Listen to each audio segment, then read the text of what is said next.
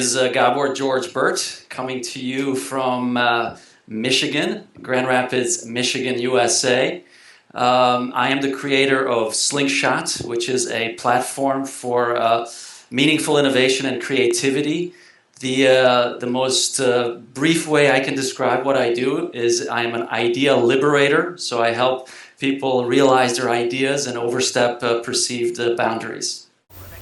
My favorite disruptive heroes, I must say, it has to be plural, is a combination of people who I think do my favorite type of disruption, which is reimagining boundaries. So I love the story, for example, of Dr. Seuss, who was able to create in the 1950s a whole new way of learning that was both fun and educational. And before him, people thought it had to be one or the other. So it had to be either very boring educational books that didn't teach because kids were bored, or it would be stories that were told and read to children because they were too complicated.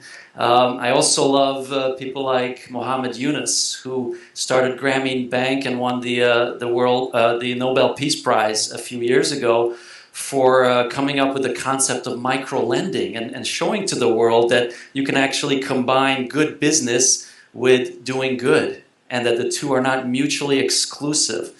On a more personal level, one of my heroes that really had a big impact on me personally is Professor Chan Kim, who was the co-creator and founder of Blue Ocean Strategy. And I had the good fortune of having him as my teacher, my professor, many years ago, and well before Blue Ocean Strategy, when I was doing my MBA studies in France. And he and I developed a very close relationship, and we took these walks together.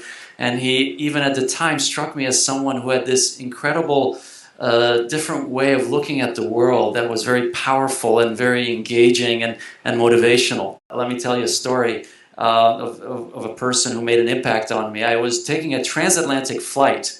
I think it was from Detroit to Amsterdam, and I was struck by this very small but incredibly energetic older woman.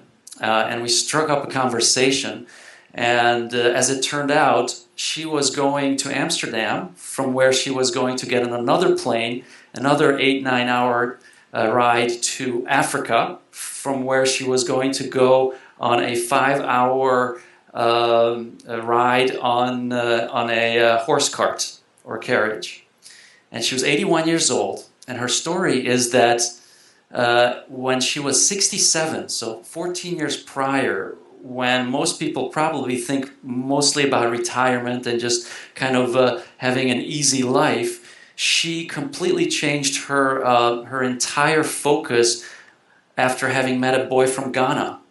And the revelation which followed after she visited him was that Ghana is a place that desperately needs help, and she's the person to do it. So this 81-year-old woman who has now for 14 years made that her life mission, has set up 5 orphanages that care for and educate hundreds of children. She has set up the only healthcare facility that treats 40,000 people. She has set up various farming entities, teaching people how to take care and feed themselves.